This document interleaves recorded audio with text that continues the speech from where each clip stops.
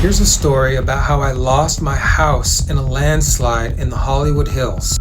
It was one of the rainiest winters on record in LA, and at the time I was living with my wife in a charming Hollywood bungalow in the Hollywood Hills of Laurel Canyon. The rains were relentless. I remember one day my wife called me outside to the back patio that overlooked the canyon and asked me, "Is this okay?" She pointed to a thick crack in the foundation. I was shocked.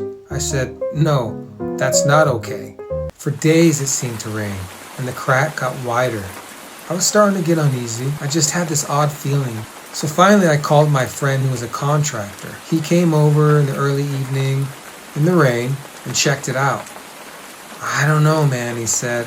"I wouldn't stay here tonight if I was you. It's been raining hard for days and it's not letting up, and that crack does not look good."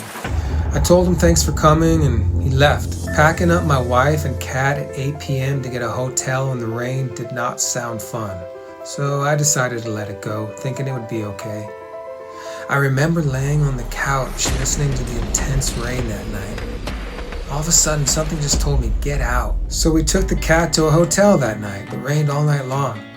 The next day we woke up, so we drove back from the hotel and looked up the hill, and sure enough, the entire wooden patio was dangling off the side of the cliff. It looked bad. It was radical. Half the front of the house was just hanging off the side of the cliff, and the cliff was a sliver of what it was the night before.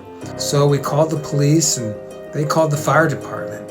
The fireman said, "We're going to walk you into the house, and you have 15 minutes to put whatever you can in whatever you can and leave."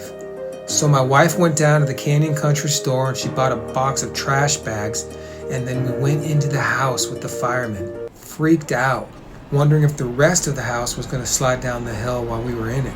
Well, she grabbed all the clothes she could fit in the trash bags, and I grabbed all the musical instruments, and we never returned. The county red tagged that house. We had 15 minutes to grab whatever we could and never returned. It was a crazy story. The landslide shut down Laurel Canyon Boulevard for months, and possibly the most surprising part of all this, we ended up moving back on the same street, on the same hillside, only a few houses down. What a crazy story that was. But we made it, and that's how we made the Daily Mail and shut down Laurel Canyon Boulevard for 2 months.